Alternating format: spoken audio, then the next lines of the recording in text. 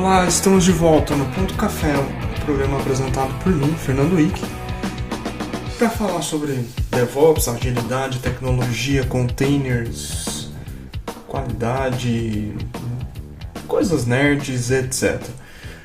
No episódio de hoje, antes de falar sobre o episódio, dar algumas referências que são importantes.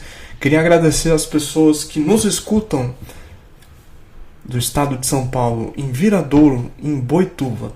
Também para as pessoas, que acho que é uma só, no estado de Piauí, na cidade de Altos e também na cidade de Teresina. Também agradecer a quem nos escuta em Juazeiro do Norte. E não posso deixar de mencionar também quem nos escuta no estado do Maranhão, em Bacabal, se eu pronunciei corretamente.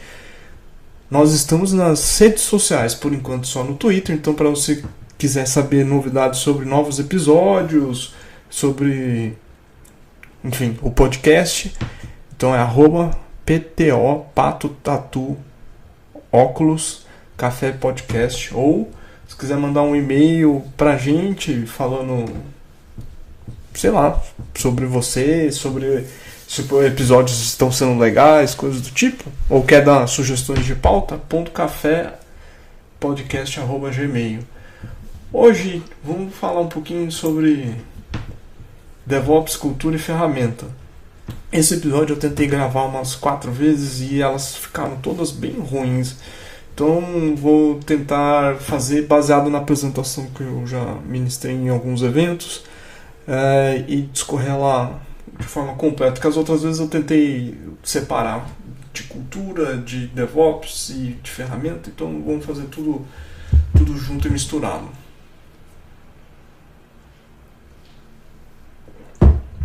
Bom, afinal, o que é DevOps?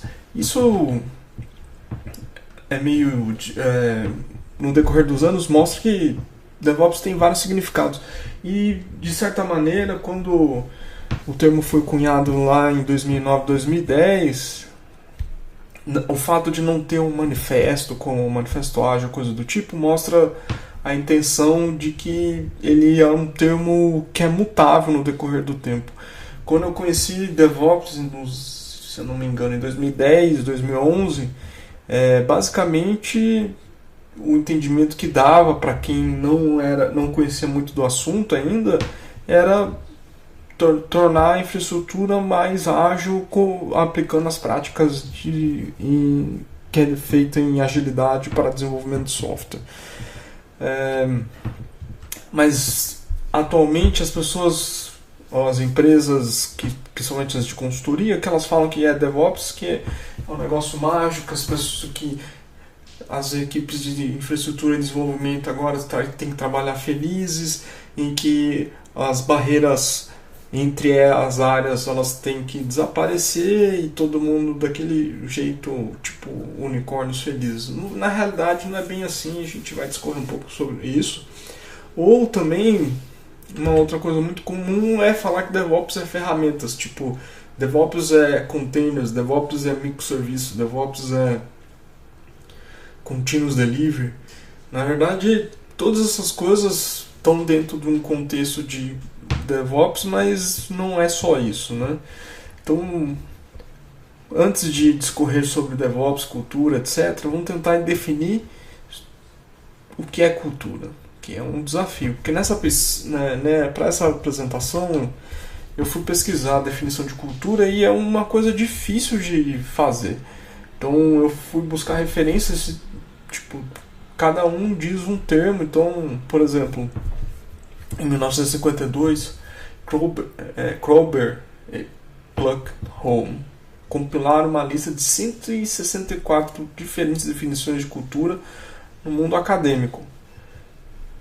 164 diferentes. Isso em 1952. Então, cultura por si já é difícil. Dependendo da área, da disciplina, do campo científico, a definição ela vai ser diferente. Para o nosso contexto aqui, vamos pegar um exemplo de como cultura é difícil de aplicar. E aí, talvez, de falar de cultura DevOps ou cultura de agilidade, elas não são tão factíveis. Vamos ver. Em 1984, a fábrica da General Motors em Fremont, na Califórnia, ela estava para ser fechada porque ela tinha péssimos indicadores, né, de produção, de qualidade, e a fábrica tinha muitos problemas relacionados principalmente a drogas, alcoolismo e prostituição. Nesse processo, a GM formou uma joint venture com a Toyota, e aí a fábrica ela se tornou o que foi conhecida como Numai, ou N-U-M-M-I, Numai, eu vou pronunciar Numai. E a ideia dessa joint venture é que os processos e a cultura envolvida na Toyota, de como ela fabricava carros, fossem aplicados nessa fábrica. Então, a fábrica foi fechada e, passados alguns meses, ela foi reaberta, e parte dos funcionários da fábrica,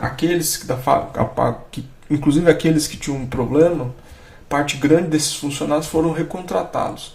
Em pouco tempo, a fábrica voltou a atingir os patamares anteriores de produção e passou eles. E isso com as mesmas pessoas. Então, observa-se que a mudança de processos produtivos, seja eles fabris ou intelectuais, no caso de nós que trabalhamos com computação, eles são possíveis de serem modificados. Mas, quando a gente tenta reproduzir isso em uma escala maior, pode ser um problema. Então, por exemplo, devido ao sucesso do experimento na fábrica de Fremont, a GM decidiu aplicar os conceitos relacionados à Toyota, o sistema produtivo da Toyota, para todas as fábricas em todos os processos, em escala mundial. Não deu muito certo. E uma das razões é que a transição do sistema de produção em massa para a produção enxuta, baseado no sistema produtivo da Toyota, ela mudava a forma de trabalho de cada funcionário e gerente. E isso impactava toda a cadeia produtiva, porque a forma de trabalhar em produção em massa era muito diferente do que a Toyota funcionava, inclusive na relação com os parceiros, que impacta significativamente a ordem de produção. E também mexe com as estruturas hierárquicas. Então isso não deu muito certo. Algumas fábricas conseguiram implementar, se eu não me engano, uma delas é aqui no Brasil, a fábrica daqui de São Caetano do Sul, vizinha aqui onde eu moro. Mas a grande lição é que processos de cultura organizacional muito fortes, como o da GM e da Toyota, você não consegue mudar eles de uma hora para outra. E não que o processo da GM tivesse totalmente errado, muito pelo contrário, porque a GM aperfeiçoou os processos da Ford, do Henry Ford, de produção em massa e a linha de montagem nesse contexto, porque uma das leituras que eu fiz, se eu não me engano, o nome dele é Alfred Sloan, que depois virou nome lá no MIT Sloan. Então você lê as coisas relacionadas à administração de empresas que o MIT Sloan relaciona, o Sloan vem do cara da GM. A GM ela aperfeiçoou o Sloan, como executivo principal da GM. Ele aperfeiçoou várias coisas no sistema, na proposta do Henry Ford, colocando mais dados estatísticos e analisando eles, né? Então, essa é a mudança cultural que levou décadas para um sistema, outro sistema, com outras formas de trabalhar, outras formas de organizar, impactou seriamente, e isso teve uma rejeição em escala global. Então, O que é cultura no final das contas? Ah, claro, se a gente for observar, por exemplo, nenhum lugar consegue implementar a cultura Spotify por completo, porque a razão é bem simples, não é Spotify. Se fosse Spotify, implementaria. Até porque hoje, e tem várias apresentações e documentos falando disso na internet, que a própria Spotify não segue mais tão à risca a proposta que eles documentou alguns anos atrás, falando sobre squads, guildas, tribes, etc., que são formas de organização mais horizontais, mas no fundo são formas de organizações semelhantes a departamento, equipe, mas num contexto diferente, com propostas diferentes, focada em produto e tudo bem, se você implementa na sua organização. Mas ela nunca é igual, e não tente colocá-la de forma igual a Spotify faz.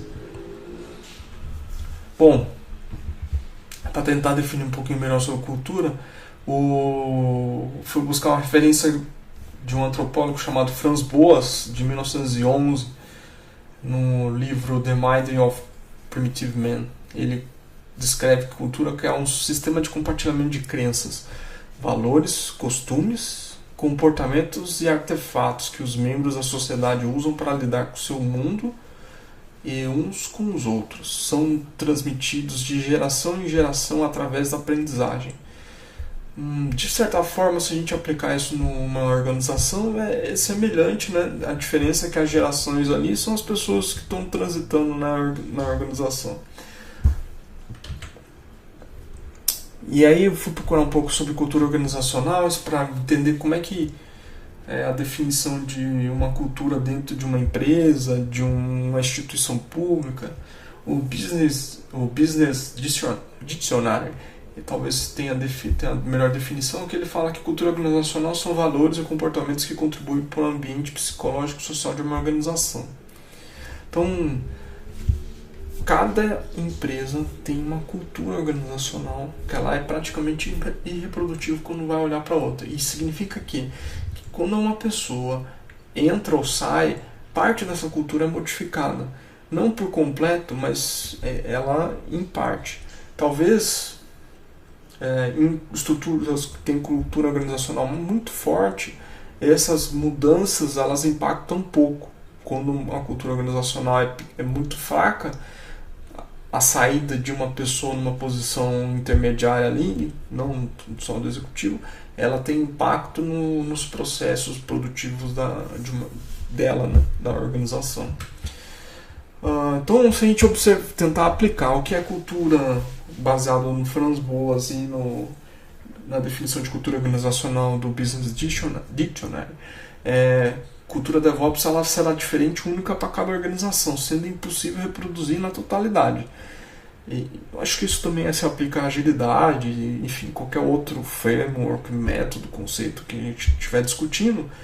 Mas o ponto é, quando se fala de cultura DevOps, talvez há um equívoco aqui em dizer que tem que fazer isso, tem que fazer aquilo, tem que fazer assado, tem que seguir tal coisa que o livro fala. No fim das contas, não. Mas vamos ali para frente, que aí talvez eu tenha as respostas. Então, como é que a gente implementa o que seria a cultura DevOps?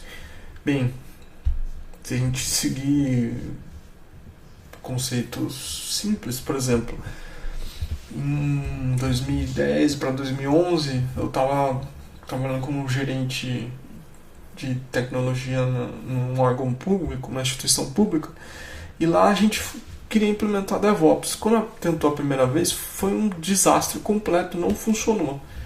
E aí a abordagem que a gente adotou, a gente assim, não vamos usar o nome, vamos implementar as coisas que estão relacionadas a isso.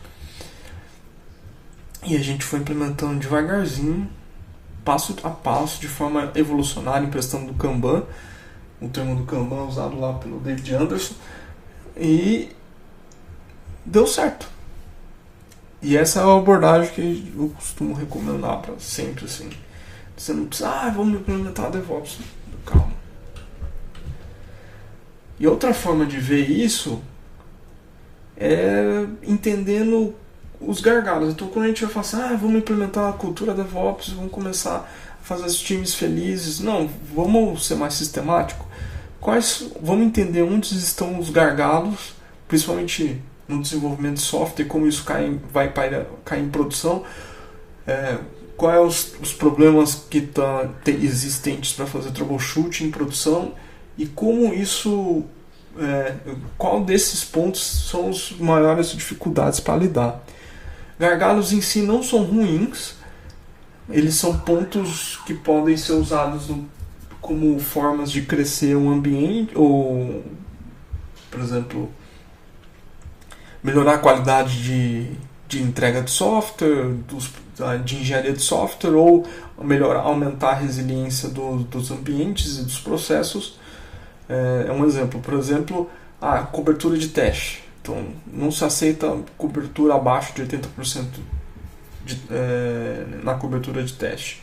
Isso é uma forma. Ou não se aceita passar um PR, ou patches, ou merge requests, que não tenha passado pelo review automatizado. Também é uma forma de restringir e dizer que só aquele conteúdo ou aquelas funcionalidades só vão ir para produção se passar num primeiro review automatizado. E as pessoas vão entender quais são as regras que estão ali e elas vão tentar colocar o código que está sendo desenvolvido de acordo com aquelas regras para dar o próximo passo e seguir no pipeline até entrar em produção. Enfim, essa ideia de como trabalhar com as restrições não é minha, ela é do Eliyahu Kodra, em Teoria das Restrições, e ele coloca como 5 passos, né? Então, identificar a restrição, explorar a restrição, subordinar tudo em volta para aquela restrição, e aí elevar a restrição, e para prevenir a inércia, você revisita aquela restrição e melhora e tal.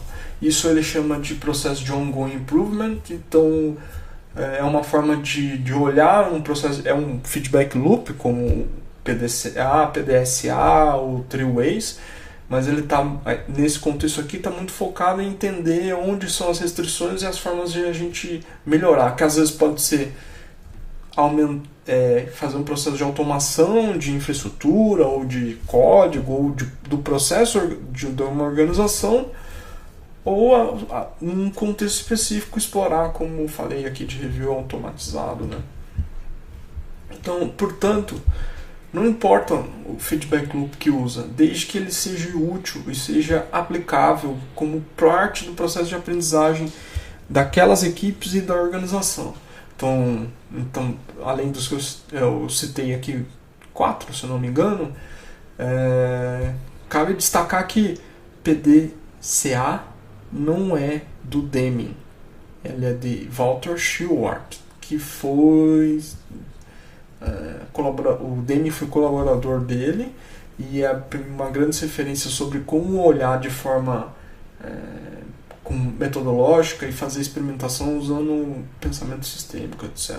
Enfim, The Three Way do Gene Kim também fala disso, e o DM com PDSA é uma evolução do PDCA, porque o C quer dizer cheque, só de verificação.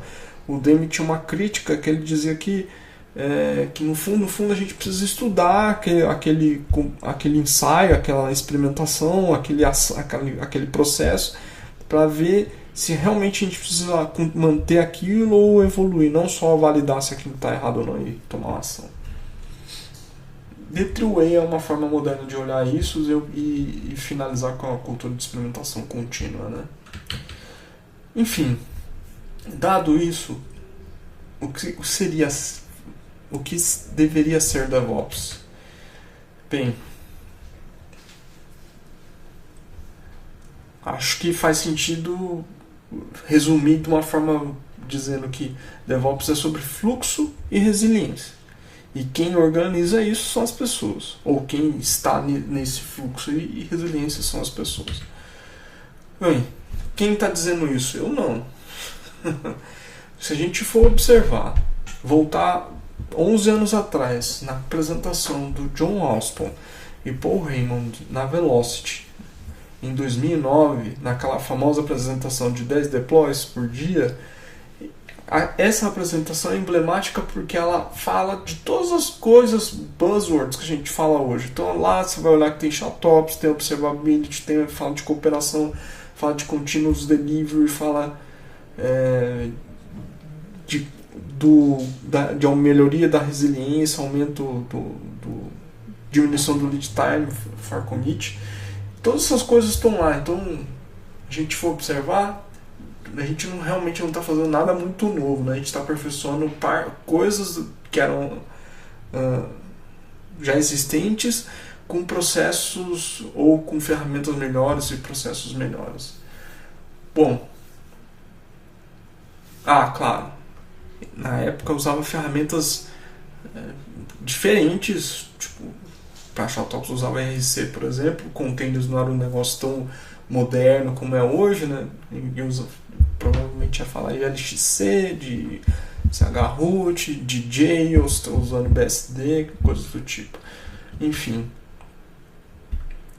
Falando de ferramentas, especificamente o fluxo se resume a Continuous Delivery, Continuous Integration, Continuous Deployment. Não nessa ordem específica, né?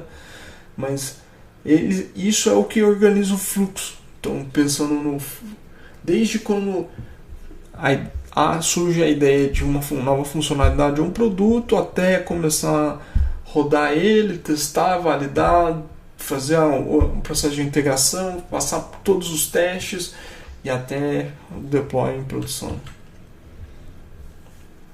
Alguns exemplos de como trabalhar com teoria das restrições e aplicado a DevOps e ao processo de produção, desenvolvimento de software e operação. Então, por exemplo, esse exemplo aqui eu usava numa startup de inteligência artificial que eu trabalhava. Então, definir percentual máximo de code smells, legibilidade de código que pode ser aprovada num commit. Então, isso começou lá especificamente, a gente começou a barrar código que inicialmente não, né, mas depois até as pessoas se acostumarem, e depois a gente começou a colocar um percentual para isso e foi subindo devagar e foi melhorando a qualidade do código que estava sendo entregue em produção, obviamente as funcionalidades, menos bugs em produção e etc. Outro, por exemplo, é definir um percentual mínimo de cobertura de teste num commit. Não dá para fazer cobertura 100%, provavelmente se fizer 100% é porque você está olhando as coisas erradas, mas definir o limiar do mercado normalmente está em torno de 80%, mas o ponto principal é onde são os pontos importantes que devem ter cobertura de testes que impactam o negócio. Isso seria o suficiente para começar e, obviamente, você vai subir no nível de cobertura. Outro exemplo que a gente usava lá, prático, é tempo máximo de teste exibido de um commit. Enfim, quando começou a implementar nessa startup Continuous Delivery, efetivamente, o tempo estimado máximo lá era de 40 minutos, porque tinha testes end-to-end. Com o tempo, a gente começou a diminuir isso, porque impactava, né? E acabou em 20 minutos, 18 minutos, se eu não me engano. Então, até o PR era enviado, passava pelos testes, passava pelo ambiente de homologação, se estava tudo ok, e iria para a produção de forma automática, em 20 e poucos minutos. E definiu o tempo máximo de deploy em produção. Era complicado nessa startup porque às vezes levava 3 dias para fazer o deploy. E aí a gente começou a limitar, dizendo assim, o deploy deve ser eficiente para acontecer no máximo em 1 hora. E aí a gente começou a trabalhar com infraestrutura imutável, primeiro com containers de forma efetiva, depois que já existia, mas ainda era muito artesanal a forma de controlar, depois foi trabalhado com infraestrutura imutável, e aí o tempo ficava ali em torno de 5, 10 minutos no máximo para ter um deploy em produção.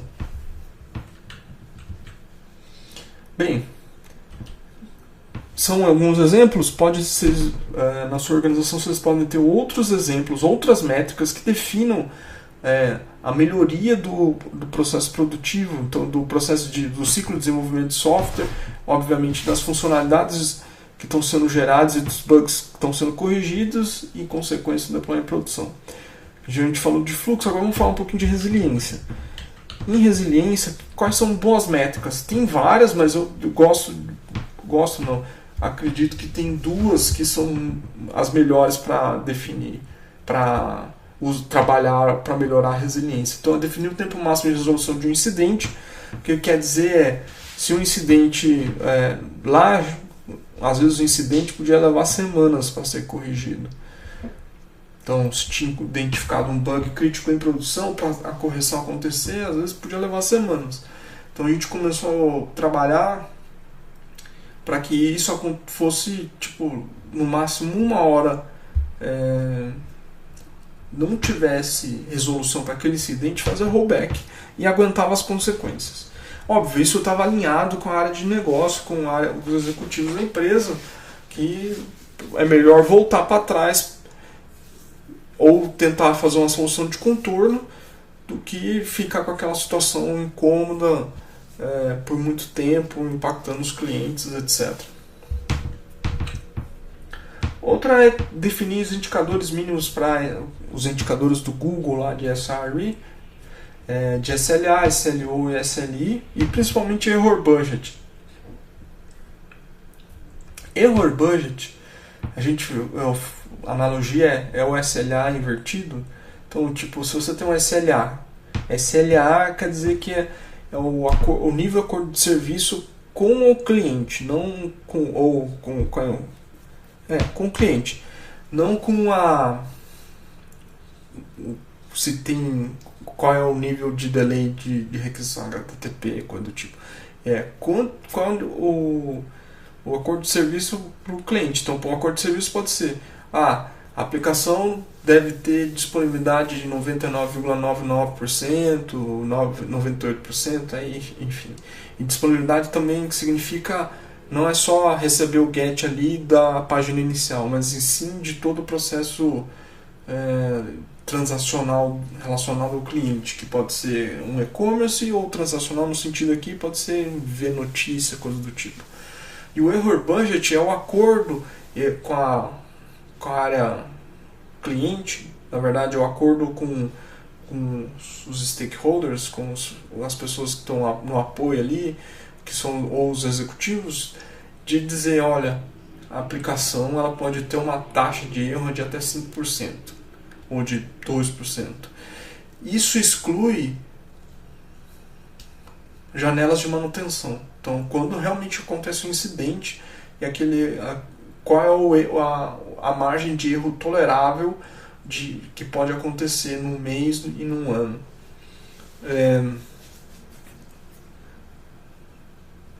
É uma coisa que não é muito fácil de lidar. Muitas vezes as pessoas são resistentes em definir isso, porque significa que você tem alguma coisa cutucando ali, mas no fundo é um processo de tentar tornar transparente para todo mundo e um acordo de qual é o nível de tolerância e se é necessário fazer investimento para que aquela quantidade de erro que vai ser visível para o cliente vai ser diminuir ou não, porque às vezes o custo não compensa.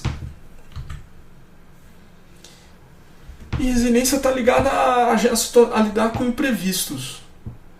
Então, nem todas as situações, incidentes que acontecem em produção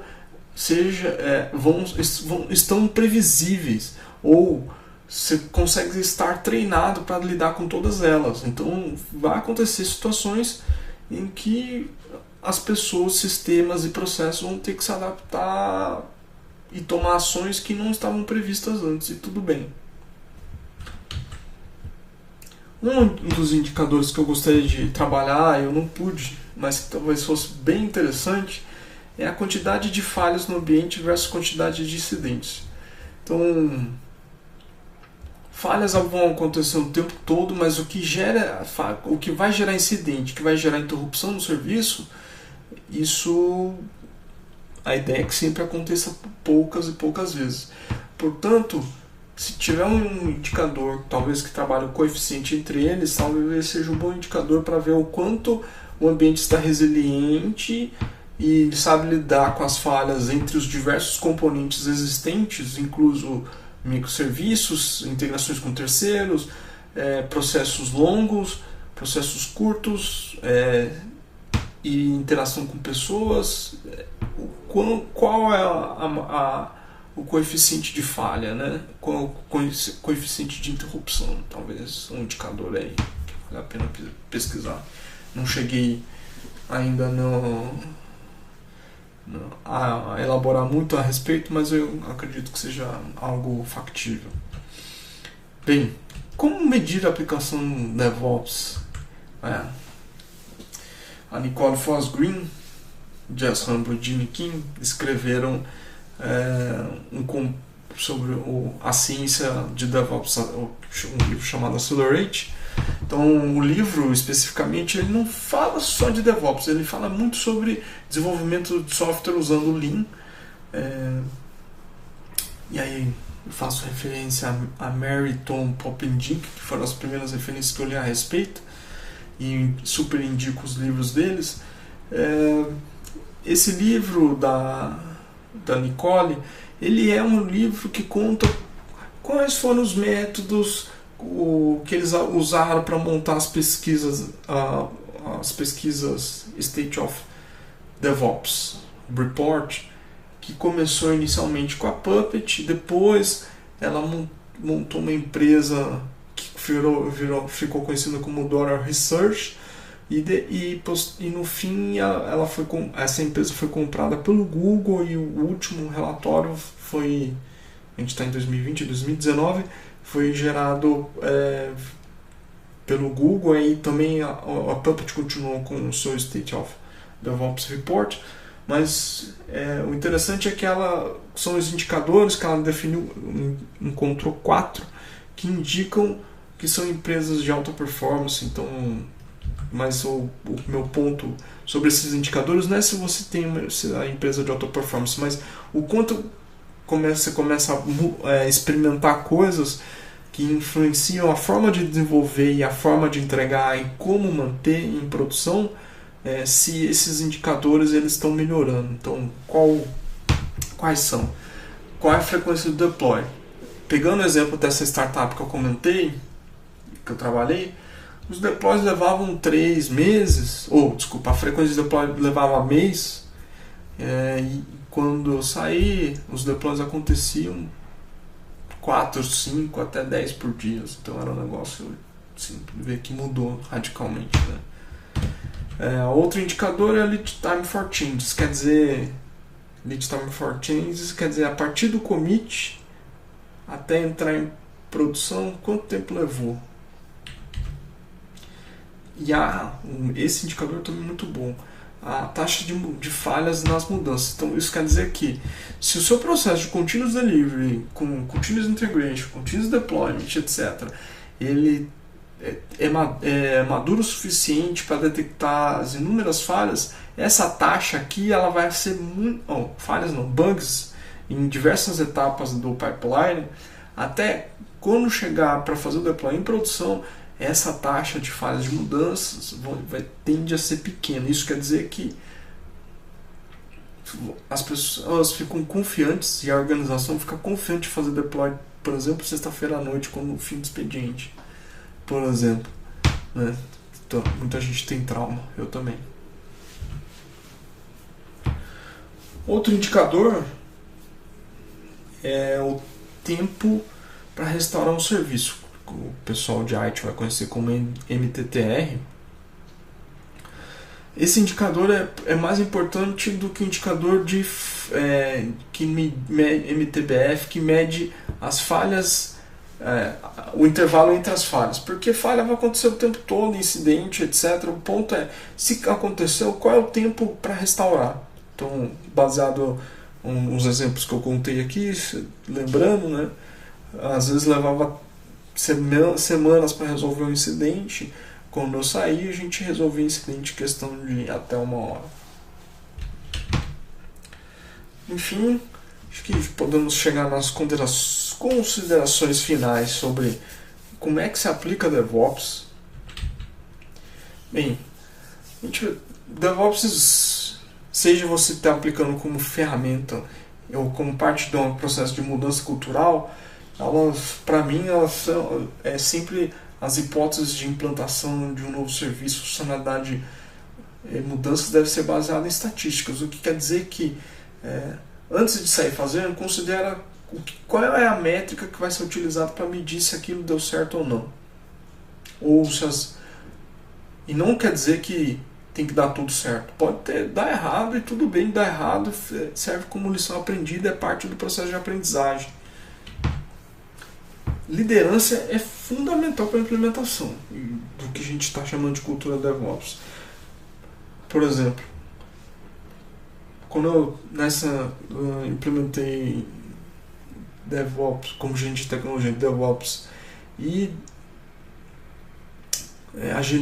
agilidade no governo federal, levou uns 2 anos depois que eu saí para que boas partes das práticas que a gente tinha adotado fossem revertidas.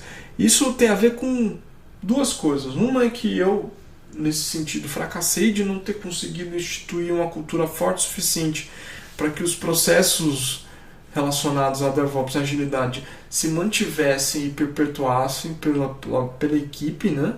A outra é que eu não consegui, no caso aqui, as lideranças que chegaram depois, elas não respeitaram o que existia e colocaram outros processos, enfim. A cultura, no caso que a gente tinha implementado, ela não estava implementada para toda a organização, só naquele contexto da equipe, né? E aí a direção ela tem um papel fundamental porque ela pode acelerar um processo de mudança ou de enraizamento de uma cultura como essa, seja DevOps ou agilidade, ou pode simplesmente impedir disso acontecer, de tornar isso mais difícil. Enfim, isso que a gente está falando tem a ver também com outra coisa que nesse contexto a gente está sempre aprendendo, e aprender não é um processo de aprendizado isolado, só do indivíduo, e sim da equipe e a organização. É uma parte fundamental e normalmente invisível do que a gente chama de cultura DevOps. Então, o Google tem boas referências sobre o processo de aprendizado contínuo, mas quando a gente está falando de uma cultura de experimentação e de feedback loop, como está lá no The True Way, o que a gente quer dizer é que o que a gente faz para a gente aprender de forma sistemática, que nem todo aprendizado tem que ser empírico. Se, por exemplo, quando ela implementa post-mortem, usando Blameless, né? Então a gente está falando de Blameless post-mortem, o ponto aqui é a gente tem um incidente, as pessoas que estão envolvidas nesse incidente vão escrever um relatório, e nesse relatório tem as lições aprendidas, explica como é que aconteceu o incidente, por que aconteceu, qual era o contexto, e as outras pessoas elas vão ler aquilo lá, ou vão debater aquele documento, não vão cometer o mesmo erro, não vão precisar passar pelo mesmo incidente para aquilo acontecer. Isso é um aprendizado que envolve a equipe e a organização, e isso quer dizer que a organização aprende mais rápido, de forma coletiva. Por fim, eu gosto sempre de... Eu odeio usar esse termo, eu gosto, mas sempre quando eu tenho a oportunidade de debater sobre cultura organizacional e como, seja aplicando agilidade, seja aplicando DevOps, ou seja, só interagindo com essas equipes, com as equipes, né? Perdão. Uso sempre a tipologia de cultura organizacional do Ron Westron. Ron Westron definiu a questão de cultura organizacional, até vale ter um episódio específico a respeito disso, estudando como é que era a cultura organizacional nos hospitais. E aí ele define basicamente cultura organizacional de 3 tipos: patológica, burocrática e geradora. Não necessariamente uma organização está numa dessas só específica, muitas vezes ela está entre duas delas, ou dependendo da equipe está nas 3. Mas vamos aqui. A patológica ela é exercida pelo poder, ela tem baixa cooperação, ela costuma matar o mensageiro, então quer dizer que tipo, o cara que vai contar as más notícias, ele costuma ser vítima de perseguição, coisas do tipo.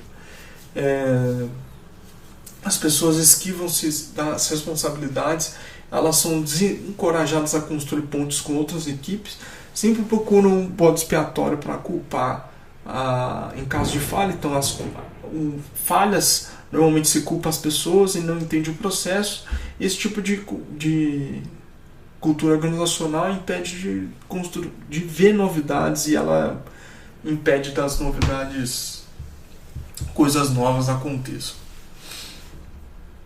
Por outro lado, a burocrática ela é basicamente exercida pelas regras, a cooperação ali é relativamente modesta, os mensageiros são ignorados. Então, quando eu disse que isso dá errado, coisa do tipo, a experiência de algumas pessoas sobre algum processo, algum experimento, não leva-se em conta. As responsabilidades das pessoas são limitadas, as construções de pontes entre equipes sem cumprir a estrutura da organização, elas são toleradas. Procura-se fazer justiça em caso de falhas, quer dizer, ainda assim procura-se culpar as pessoas e puni-las em caso de falhas. E as novidades são identificadas como um problema. As pessoas têm rejeição de aceitar o novo. Por fim, a geradora ela é baseada em desempenho, altamente cooperativa. Os mensageiros são treinados e não culpados. Os riscos são compartilhados entre as pessoas e equipes. Construções de pontes são encorajadas entre equipes. Então, a forma de comunicação na organização ela deixa de ser vertical e totalmente centralizada.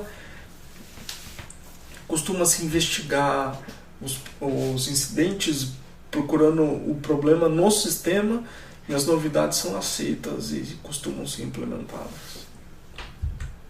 Portanto, a complexidade relacionada ao DevOps está direcionada ao fluxo e resiliência para o desenvolvimento e manutenção do negócio.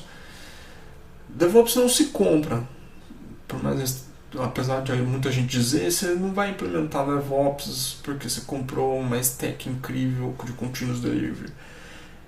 A implementação que acontecer relacionada a DevOps na sua organização ela é única e ela não é reproduzível.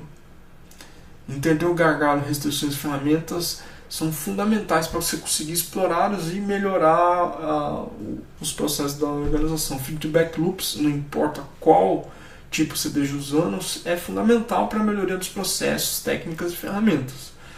Por fim, DevOps é para acelerar o fluxo e resiliência de maneira evolucionada, baseada em pessoas. E chega, acabou. Falei bastante. Episódio quando envolve só eu falando, né? Ele é um episódio mais curtinho comparado com os outros, mas ainda assim é um prazer falar com vocês. Eu gostaria de deixar como dica da semana Os Vingadores, o original da década de 60, que se eu não me engano foi feita pelo pessoal da BBC. Eu vou deixar os links do episódio desse seriado nas referências. É um seriado preto e branco, então você tem que estar no contexto da experiência. É isso por hoje, pessoas. Obrigado pelo tempo de vocês me escutando. Espero que tenham gostado e até a próxima.